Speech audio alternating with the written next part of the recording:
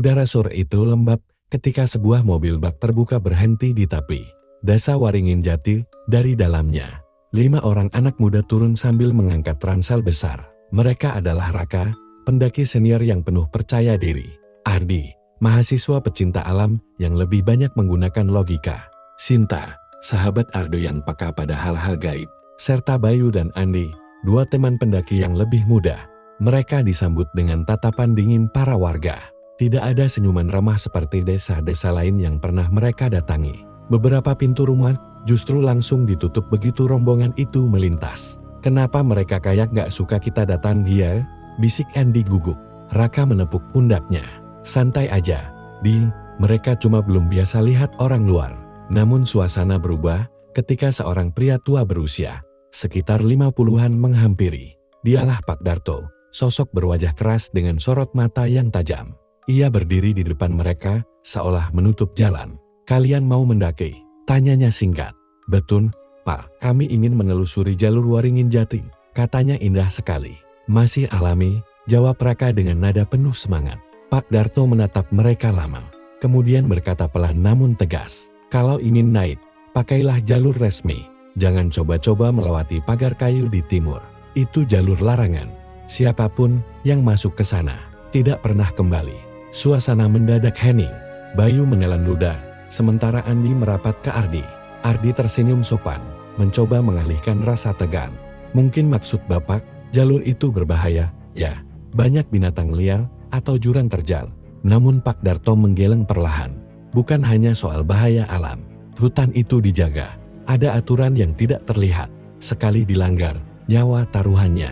Sinta merasakan bulu kuduknya meremang. Ada sesuatu pada nada suara Pak Darto yang membuatnya percaya ucapan itu bukan sekadar mitos. Raka justru tertawa kecil. "Ai, cerita rakyat.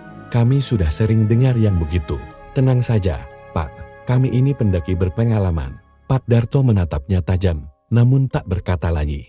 Ia hanya meninggalkan pesan terakhir sebelum pergi, "Kalian sudah diperingatkan. Ingat itu." Malam harinya, mereka menginap di rumah singgah desa. Suasana masih terasa aneh. Dari celah jendela, Sinta melihat warga menyalakan dupa dan menaburkan bunga ke tanah, seolah sedang mengadakan ritual. Ardi menganggap itu hanya tradisi lokal, tapi Sinta tidak bisa menghilangkan rasa gelisahnya. Ada sesuatu di hutan itu, sesuatu yang lebih besar dari sekadar jalur pendakian. Dan di luar sana, di balik kegelapan pohon-pohon tinggi, seolah terdengar bisikan halus menunggu mereka untuk melangkah. Malam turun cepat di Desa Waringin Jati. Udara dingin merayap masuk ke rumah singgah tempat para pendaki beristirahat. Lampu minyak redup berayun, menebarkan bayangan panjang di dinding bambu. Ardi duduk bersandar, mencoba menenangkan diri dengan membaca peta jalur resmi. Namun pikirannya terus kembali pada peringatan Pak Darto sore tadi. Kata-kata tidak pernah kembali bergema di kepalanya. Ia menghela napas, menatap Raka yang tampak santai memainkan ponselnya. "Rak, kau yakin jalur itu aman?" tanya Ardi. Raka terkekeh. "Ardi, kita sudah puluhan kali mendaki gunung. Jangan mau ditakut-takuti cerita rakyat. Jalur larangan. Itu cuma cara warga menjaga hutan mereka biar nggak dikunjungi sembarangan." Bayu, yang sedang mengikat ulang tali sepatunya, ikut menimpali. Tapi wajah Pak Darto tadi serius sekali, bikin merinding. Sumpah, Sinta, yang sejak tadi diam, mendongak. "Bukan cuma wajahnya. Aku bisa rasakan sesuatu. Hutan itu seperti sedang menunggu kita." Suaranya rendah, namun cukup membuat ruangan hening sejenak. Andi, pendaki termuda, langsung menggigil. "Aku malah nggak bisa tidur kalau terus dibicarain begini." Mereka akhirnya memutuskan tidur lebih cepat. Namun ketika malam semakin larut, suara aneh terdengar dari kejauhan. Bukan hewan, bukan pula angin. Itu adalah alunan gamelan suara gon, kenong, dan saron mengalun lembut dari arah hutan yang gelap. Sinta langsung terbangun. Dadanya berdebar cepat. Ia mendekat ke jendela, menyingkap sedikit tirai bambu. Dalam gelap, ia tidak melihat apa-apa kecuali kabut tipis yang merayap di antara pohon-pohon. Namun suara gamelan terdengar semakin jelas, seperti sebuah pesta yang digelar jauh di dalam hutan. "Ardi, dengar itu," bisiknya. Ardi bangkit, mengerutkan kening. Ia memang mendengar suara itu, namun logikanya berusaha mencari jawaban. Mungkin warga sedang ada upacara adat. Katanya, meski hatinya sendiri ragu. Anehnya, seluruh rumah di desa tampak gelap. Tidak ada cahaya lampu, tidak ada tanda kehidupan. Semua pintu rumah tertutup rapat, seolah penduduk sengaja mengunci diri dari sesuatu yang tidak boleh dilihat. Tiba-tiba, Bayu menjerit pelan. Aku lihat bayangan. Semua mendekat ke jendela. Di tepi hutan, samar terlihat sosok perempuan berambut panjang terurai, berdiri membelakangi mereka. Ia diam saja. Namun tubuhnya perlahan bergetar seiring denting gamelan yang makin cepat. Lalu sosok itu menghilang begitu saja, seolah larut bersama kabut. Malam itu, tak seorang pun bisa tidur dengan tenang. Hutan Waringin Jati telah menyanyikan lagu sambutannya dan mereka tahu, esok hari tidak akan ada jalan kembali. Berdiam di hutan, Raka berdiri dengan penuh semangat, menyiapkan perlengkapan.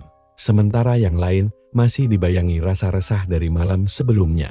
Kalau kita lewat jalur resmi, perjalanan bisa makan waktu 2 hari lebih. Tapi kalau lewat jalur timur, hanya setengahnya, kata Raka sambil menunjukkan arah pada peta. Ardi menggeleng. Itu jalur yang dilarang Pak Darto. Kau dengar sendiri apa katanya? Raka tersenyum sinis. Kau percaya tahayul, Ti? Kita ini pendaki, bukan anak kecil yang ditakut-takuti dongeng. Kita harus coba jalur itu. Bayu ragu-ragu, sementara Andi terlihat pucat. Namun tatapan tajam Raka cukup membuat mereka bungkam. Akhirnya, dengan langkah berat, mereka semua mengikuti Raka menuju pagar kayu tua yang ditumbuhi lumut tebal. Pagar itu terlihat rapuh, namun entar, mengapa terasa seperti garis pemisah antara dunia nyata dan sesuatu yang asing. Sinta berhenti sejenak di depannya. Ia merasakan hawa dingin merambat dari balik pagar, menusuk sampai ke tulang. Kita seharusnya tidak melewati ini, bisiknya. Namun Raka sudah melangkah lebih dulu, membuka celah pagar dan masuk tanpa ragu. Satu persatu yang lain pun terpaksa menyusul. Begitu mereka semua melewati batas itu, suasana langsung berubah. Hutan di jalur larangan terasa berbeda. Cahaya matahari sulit menembus rimbunan pohon. Udara berat, lembab, dan nyaris tak ada suara kehidupan. Tidak ada burung, tidak ada serangga. Hanya bunyi langkah kaki mereka yang bergema. Kenapa sepi banget ya? Gumam Bayu, wajahnya pucat. Ardi memeriksa kompasnya, lalu terkejut. Jarumnya berputar-putar, tak bisa menunjuk arah dengan benar. Ini tidak masuk akal, katanya, mencoba menutupi kegelisahan. Tiba-tiba, mereka menyadari Andi tidak lagi bersama mereka. Andi panggil Sinta panik, tak ada jawaban. Raka segera berteriak lebih keras. Andi, jangan bercanda. Mereka berbalik arah, mencari jejak. Hanya ada bekas pijakan kaki kecil yang berakhir tepat di bawah pohon besar.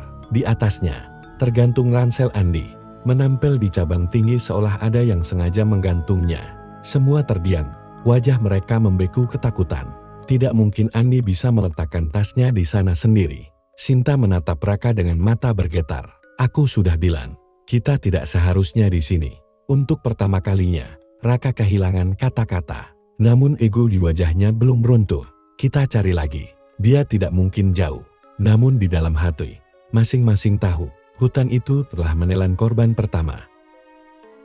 Hening mencekam menyelimuti hutan setelah mereka menemukan ransel Andi tergantung di cabang pohon. Tak seorang pun berani bersuara terlalu keras, seolah takut sesuatu di balik pepohonan mendengar.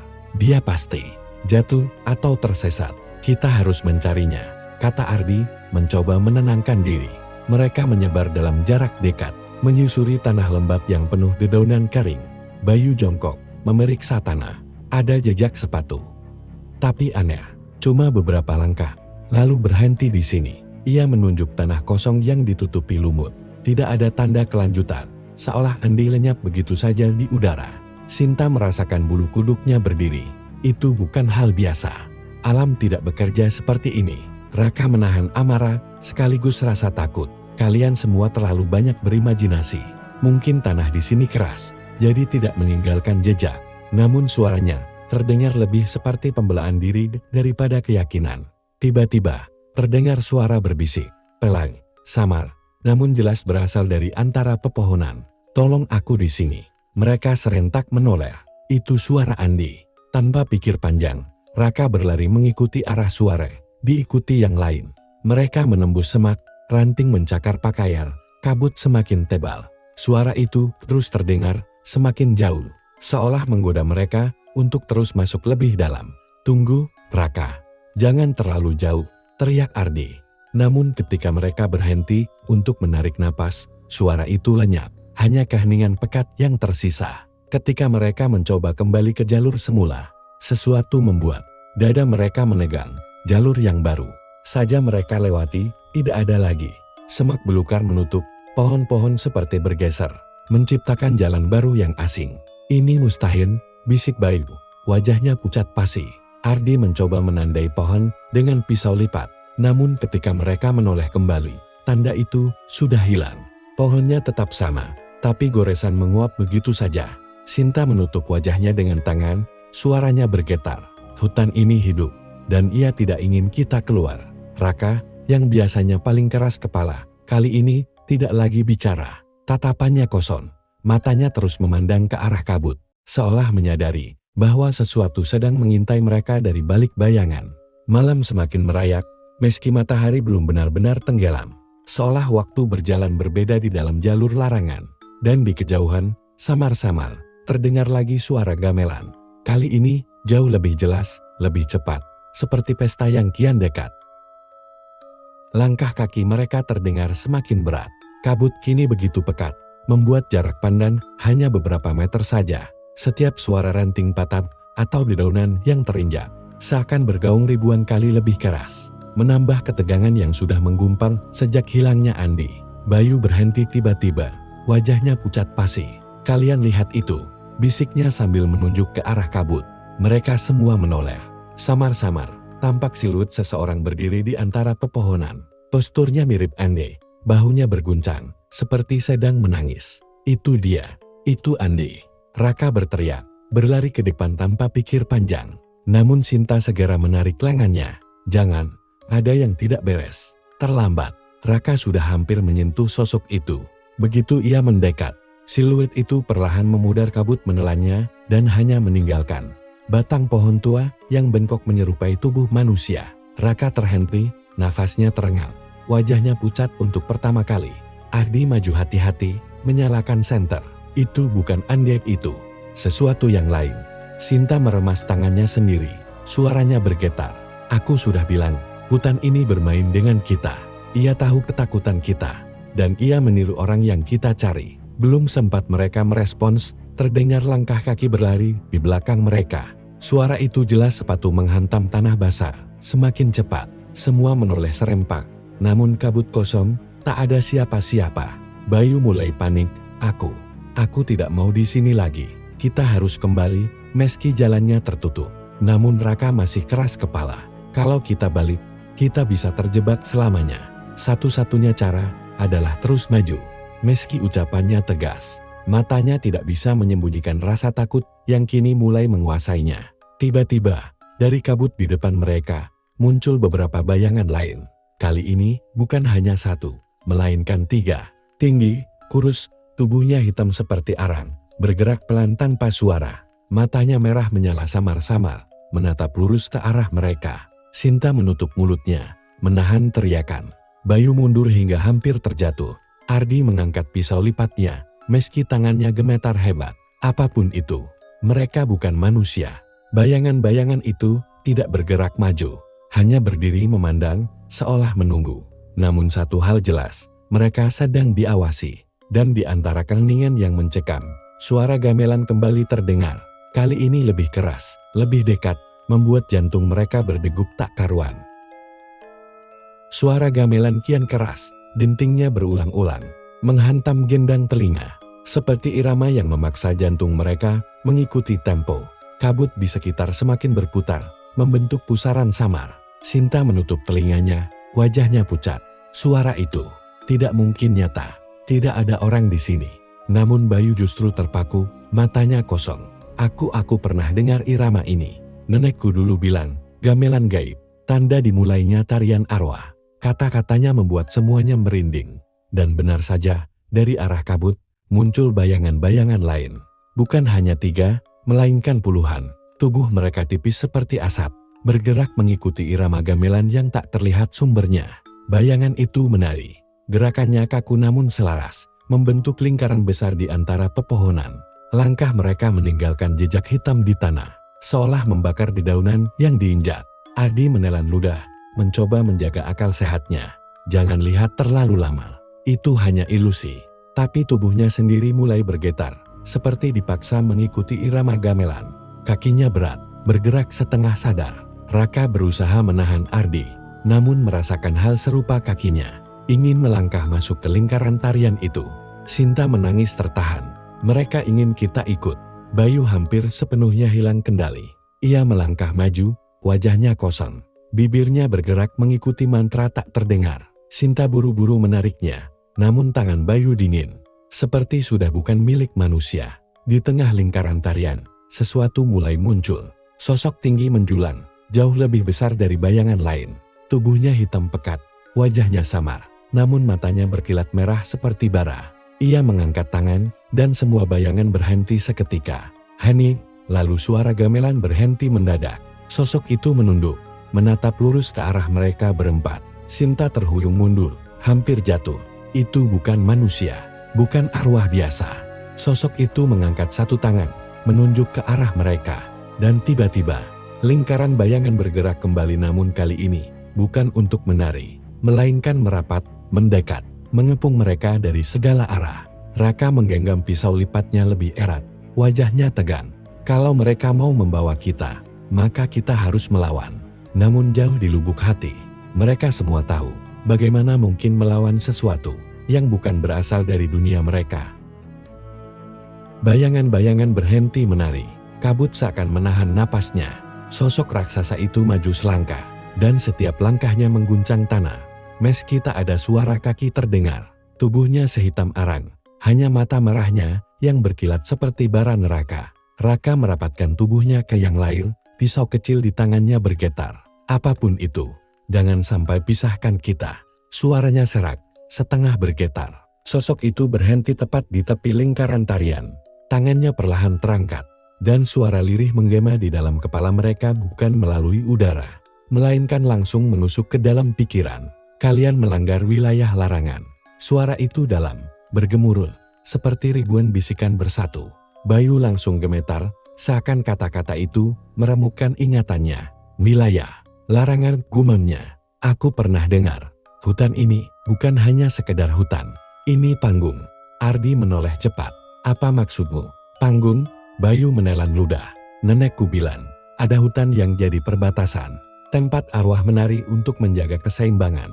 Siapapun yang masuk tanpa izin akan dianggap mengganggu pertunjukan. Sinta terisak. Lalu kita, apa yang akan mereka lakukan pada kita? Sosok raksasa itu menundukkan kepalanya sedikit. Kabut di sekeliling makin pekat, menelan suara serangga malam. Kalian dipanggil untuk menggantikan. Kata itu menghantam mereka bagaikan petir. Menggantikan? Siapa apa? Bayangan di lingkaran tiba-tiba bergerak lagi, tapi kali ini tidak menari. Mereka maju selangkah demi selangkah, mendekat, merapat, hingga hampir menyentuh kulit mereka yang masih hidup. Raka mengangkat pisaunya. Aku tidak akan diam saja, teriaknya. Ia mengayunkan pisau ke salah satu bayangan yang mendekat. Namun saat pisaunya menembus tubuh itu, hanya kabut yang terbelah, lalu kembali menyatu. Sosok raksasa itu mendekat lebih jauh. Bayangan wajah samar terlihat antara manusia dan sesuatu yang lebih tua, lebih kuno. Salah satu dari kalian akan tinggal di sini selamanya. Udara mendadak membeku. 4 pasang mata saling menatap dalam kepanikan. Tak ada lagi jalan kembali. Dan untuk pertama kalinya, mereka sadar, bukan sekadar tersesat di hutan. Mereka sedang diadili. Kabut menebal, hingga napas pun terasa berat. Raksasa bermata merah itu menunduk, dan seketika lingkaran bayangan berhenti mendekat. Udara bergetar. Lalu muncul sebuah suara di dalam kepala mereka. Satu dari kalian harus menjadi pengganti. Sinta terisak keras. Ardi langsung meraih tangannya, mencoba menenangkannya. Meski dirinya sendiri gemetar, Raka dengan pisau kecil yang sudah tak berguna, tetap berdiri di depan. Matanya liar mencari celah untuk melawan. Tiba-tiba, kabut berputar membentuk spiral. Dari pusaran itu, muncul kilatan merah samar, jatuh tepat di dada Bayu.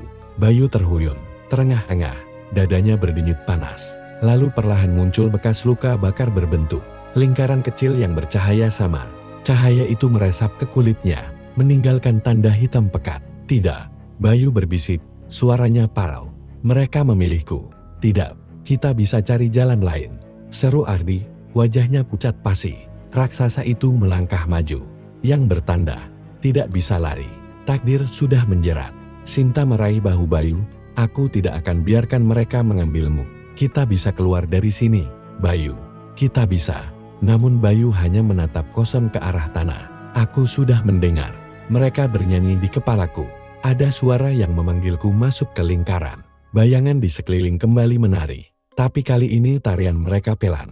Seperti menunggu sesuatu. Setiap gerakan bayangan itu menghasilkan suara gamelan samar yang menusuk telinga. Raka menatap raksasa itu dengan amarah. Kalau kau ingin mengambil salah satu dari kami, ambil aku.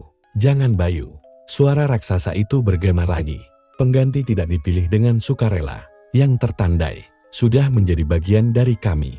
Bayu memeluk kepalanya, tubuhnya gemetar hebat. Aku bisa merasakan mereka. Menari di dalam darahku. Ardi menatapnya dengan putus asa. Jangan bicara begitu. Kau belum hilang, Bayu. Namun cahaya samar di dada Bayu semakin pekat. Lingkaran hitam itu berdengit seperti jantung kedua. Seirama dengan detak hutan. Raksasa itu mengangkat tangannya dan kabut merapat. Waktumu hampir habis. 4 sahabat itu kini terbelah oleh keputusasaan menyelamatkan Bayu atau menerima takdir mengerikan yang sudah ditetapkan. Dan dari kejauhan terdengar lagi gamelan. Semakin keras, seolah mengundang Bayu untuk masuk ke lingkaran arwah. Suasana semakin mencekam. Kabut yang semula hanya melayang di tanah kini menebal. Menutup pandangan ke segala arah. Langkah demi langkah yang mereka ambil seakan tidak lagi menuju keluar, melainkan berputar kembali ke titik yang sama. Bayu masih memegangi dadanya. Tanda hitam berdenyut di bawah kulitnya. Bersinar samar setiap kali gamelan gaib itu berdentum di kejauhan. Setiap dentum seperti cambuk, membuat tubuh Bayu semakin lemah. Aku bisa mendengar mereka memanggil namaku, ucap Bayu lirih, matanya merah berair. Kalau aku tidak masuk ke lingkaran itu, aku akan mati di sini. Tidak, Sinta berteriak, air matanya mengalir deras. Kau tidak akan pergi ke mereka. Kita akan cari jalan lain. Raka menancapkan pisaunya ke tanah. Tangannya gemetar penuh amarah. Mereka pikir kita bisa diperbudak begitu saja. Aku akan bunuh mereka satu persatu kalau perlu. Ardi, yang biasanya tenang, kini mulai panik. Raka, kau tidak mengerti. Itu bukan makhluk biasa. Mereka tidak bisa kau bunuh dengan pisau. Kita harus berpikir. Tiba-tiba, bayangan-bayangan di sekeliling mereka mulai mendekat. Gerakannya serentak, seperti pasukan yang dikendalikan satu pikiran. Raksasa bermata merah itu masih berdiri di kejauhan, menunggu. Bayu berlutut, tubuhnya goyah. Aku tidak bisa menahan lagi. Mereka ada di dalam kepalaku. Raka mengangkat Bayu, mengguncangnya keras. Kuatlah. Kau dengar aku, Bayu. Jangan biarkan mereka menang. Namun cahaya dari tanda di dada Bayu makin terang. Suara gamelan kini bercampur dengan bisikan. Begitu dekat, seakan berasal dari dalam telinga mereka. Masuklah, waktunya sudah tiba. Ardi menutup telinganya, tapi suara itu tetap menembus. Mereka bicara langsung ke dalam pikiran kita. Sinta memeluk Bayu erat-erat, menangis. Kalau mereka mau ambil Bayu, mereka harus lewati aku dulu. Bayangan-bayangan itu berhenti beberapa meter dari mereka. Kabut di sekeliling berputar membentuk pusaran, membuka jalan menuju lingkaran tarian arwah. Raksasa itu mengangkat tangannya. Saatnya tiba. Yang tertandai harus kembali. Bayu berteriak kesakitan. Tubuhnya terangkat sedikit dari tanah. Seakan ada tali tak kasat mata menariknya menuju pusaran. Raka meraih pisaunya lagi, menatap makhluk-makhluk itu dengan tekad membara. Kalau kau ingin Bayu, kau harus membunuh kami semua dulu. Kabut meledak dengan suara dentuman dahsyat, dan hutan pun berguncang. Pertarungan melawan takdir baru saja dimulai. Dentuman gamelan semakin keras, membuat tanah bergetar seolah ada ribuan kaki yang menari di bawah bumi. Bayangan-bayangan itu kini merapat, mengepung mereka dari segala arah. Bayu masih berjuang melawan tarikan tak kasat mata yang menyeretnya ke lingkaran arwah. Sinta terus berusaha menahan tubuhnya. Sementara Raka berdiri tegak dengan pisau di tangan. Wajah penuh tekad. Ardi, sebaliknya, terlihat semakin goyah. Aku tidak tahan lagi, bisiknya. Suaranya bergetar, mereka janjikan jalan keluar kalau aku menyerahkan Bayu. Sinta menoleh cepat, matanya melebar. Apa yang kau katakan, Ardi? Kau gila. Namun saat itu, sesuatu aneh terjadi. Dari balik kabut, muncul sosok yang identik dengan Raka, sama persis dari wajah, suara, bahkan cara berdiri. Bayangan itu menatap ke arah mereka dan berkata, "Kalian bodoh." Dia bayangan itu menunjuk Bayu sudah ditandai. Tidak ada cara menyelamatkannya. Serahkan saja, maka kalian bertiga bisa pulang. Bayu terhuyung. Air mata bercampur darah menetes dari matanya. Jangan dengarkan dia. Raka asli maju selangkah, menatap tiruannya dengan amarah. Kalau kau pikir bisa pecah belah kami, kau salah besar. Tapi keraguan mulai merayapi Ardi. Ia menatap Bayu yang semakin lemah, lalu ke Sinta yang menangis tanpa henti. Bagaimana kalau itu benar? Kita semua bisa mati kalau tetap melawan. Ardi, Sinta berteriak, suaranya parau. Kita sudah janji. Kita keluar dari hutan ini bersama-sama. Bayangan Raka mendekat, matanya memerah. Pilihlah dengan bijak. Bayu sudah milik kami. Kau hanya perlu menyerah. Ardi menutup wajahnya dengan kedua tangan. Bisikan itu menusuk kepalanya. Semakin keras, semakin nyata. Tiba-tiba, ia meraih pisau kecil dari ranselnya dan menatap Bayu. "Maafkan aku," katanya lirih. Sinta berteriak kaget.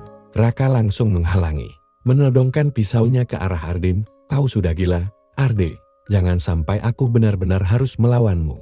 Bayangan itu tertawa. Suaranya menggaung di seluruh hutan. "Pecah-pecah. Kalian akan menghancurkan diri sendiri." Kabut semakin tebal, dan kini sulit dibedakan mana kawan, mana lawan. Bayangan-bayangan lain mulai mengambil bentuk. Meniru Sinta, meniru Bayu, bahkan meniru Ardi sendiri. Lingkaran kian rapat. Persahabatan mereka kini diuji di ujung tanduk. Kabut semakin tebal, menyesakkan paru-paru dan meredam semua suara. Hanya ada napas tersengal dan detak jantung yang bergemuruh di telinga. Bayu sudah hampir tak sanggup berdiri. Tanda merah hitam di dadanya semakin besar, berdenyut seperti jantung kedua, membuat tubuhnya bergetar hebat. Sinta terus memeluknya. Air mata bercampur dengan tanah yang menempel di wajahnya. "Bertahanlah, Bayu. Tolong jangan tinggalkan aku," bisiknya dengan suara pecah. Di sisi lain, Raka berteriak lantang ke arah bayangan tinggi yang masih berdiri di antara pepohonan. "Aku tidak akan membiarkan kalian mengambilnya. Kalian hanya bayangan. Kalian hanya ilusi," serunya, meski tangannya yang memegang pisau bergetar hebat. Namun, dari belakang, suara yang lebih menakutkan muncul. "Kalau memang begitu, lalu kenapa bayangan ini terasa lebih nyata daripada kita sendiri?" Ardi melangkah maju. Tatapannya kosong. Matanya merah dipenuhi lingkaran hitam, seolah-olah kabut sudah merasuki jiwa dan pikirannya. Tangannya memegang pisau kecil yang sebelumnya ia sembunyikan. Sinta menoleh kaget. "Ardi, apa yang kau lakukan?" Ardi menatap Sinta, lalu Raka, sebelum akhirnya matanya berhenti pada Bayu. "Sejak awal kita tidak pernah bisa melawan mereka. Mereka bukan ingin kita. Mereka hanya butuh satu tubuh. Dan Bayu sudah terpilih. Kalau kita menyerahkan dia, mungkin kita bisa pergi dari sini." Kata-kata itu menghantam hati semua orang. "Diam, Ardi." Raka menggeram, berdiri di depan Bayu dan Sinta. "Kau sudah gila. Kau mau bunuh temanmu sendiri." Ardi melangkah semakin dekat, senyumnya getir, wajahnya penuh keputusasaan. "Kau pikir aku ingin ini? Aku juga takut mati. Aku juga ingin keluar dari neraka ini. Kalau dengan mengorbankan satu orang bisa menyelamatkan kita semua, kenapa tidak?" Kabut berputar di sekitar mereka, seolah-olah menyukai pertengkaran itu. Bayangan-bayangan mulai meniru suara mereka, menirukan tangisan Sinta, teriakan Raka, bahkan suara putus asa Bayu. Hutan dipenuhi gema, membuat semuanya semakin kacau.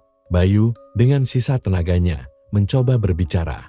"Ardi, aku ini sahabatmu. Kita sudah jalan bersama sejauh ini. Jangan biarkan kabut menguasaimu." Namun, Ardi menutup telinganya. Wajahnya penuh rasa sakit dan kebingungan. "Jangan bicara lagi.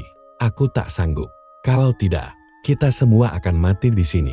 Dengan teriakan itu, Ardi mengangkat pisaunya, bersiap menyerang. Sinta menjerit, Raka melompat maju untuk menahan dan kabut tertawa. Pisau Ardi melesat ke arah Bayu. Namun sebelum menancap, Raka berhasil menahan tangannya. Kedua sahabat itu saling mendorong di tengah kabut. Mata mereka dipenuhi amarah dan ketakutan. "Sadarlah, Ardi!" Raka berteriak, suaranya parau. "Kau bukan seperti ini." Ardi merong, berusaha melepaskan diri. "Kau tidak mengerti. Ini satu-satunya jalan." Sinta menangis, tubuhnya bergetar hebat. Sementara Bayu, yang semakin lemah, hanya bisa menatap sahabatnya dengan tatapan hampa. "Ardi, kau bebas memilih. Tapi kalau kau menyerahkan aku, kau akan terikat dengan kabut ini selamanya." Tiba-tiba, tanah bergetar. Kabut terbelah, menampakkan sebuah pintu batu raksasa di tengah hutan. Dari dalam pintu itu, muncul ribuan bayangan, menari seperti asap hitam yang hidup. Gamelan yang sejak awal terdengar kini berhenti mendadak, digantikan bisikan ribuan suara. "Serahkan satu jiwa, dan kalian bebas." Ardi terdiam. Tangannya gemetar, matanya dipenuhi air. Pisau di tangannya terjatuh ke tanah. Aku tidak bisa." Sinta segera meraih tangan Ardi, menahannya agar tak jatuh ke dalam kegelapan. Raka melepaskan genggamannya dengan lega, menatap sahabatnya dengan harapan yang kembali menyala. Namun, kabut tidak memberi ampun. Bayangan-bayangan berteriak marah, menyerbu ke arah mereka. Saat itulah, Bayu berdiri. Meski tubuhnya nyaris roboh, cahaya merah hitam di dadanya berubah, perlahan menjadi cahaya putih terang. "Aku sudah ditandai," katanya lirih, tersenyum samar. "Tapi aku bisa memilih bagaimana aku berakhir. Kalian harus keluar. Biar aku yang menutup pintu ini." Sinta menjerit, "Jangan, Bayu. Jangan tinggalkan kami." Raka menggenggam bahu Bayu erat-erat. "Ada cara lain, kita bisa lawan bersama." Bayu menggeleng lemah. Tidak ada waktu. Dengan langkah tertatih, ia berjalan menuju pintu batu. Bayangan mencoba meraih tubuhnya, tapi cahaya putih dari dadanya membakar mereka hingga lenyap. Setiap langkahnya membuat kabut menyingkir. Sesaat sebelum masuk ke dalam pintu, Bayu menoleh, tersenyum pada ketiga sahabatnya. "Terima kasih, sudah bersamaku sampai akhir." Cahaya putih meledak, menerangi seluruh hutan. Suara bayangan lenyap, pintu batu retak, lalu runtuh menjadi debu. Kabut menghilang perlahan, meninggalkan hanya sunyi. Ketika semuanya berakhir, hanya ada 3 orang yang tersisa, Raka, Sinta, dan Ardi. Berdiri dengan tubuh penuh luka dan hati yang patah. Mereka keluar dari hutan itu saat fajar tiba. Tidak ada kabut, tidak ada gamelan, hanya kenangan pahit, dan janji bahwa mereka tidak akan pernah melupakan Bayu. Dan sejak saat itu, hutan dengan kabut gamela tidak pernah lagi terdengar kecuali bagi mereka yang berani melanggar batas.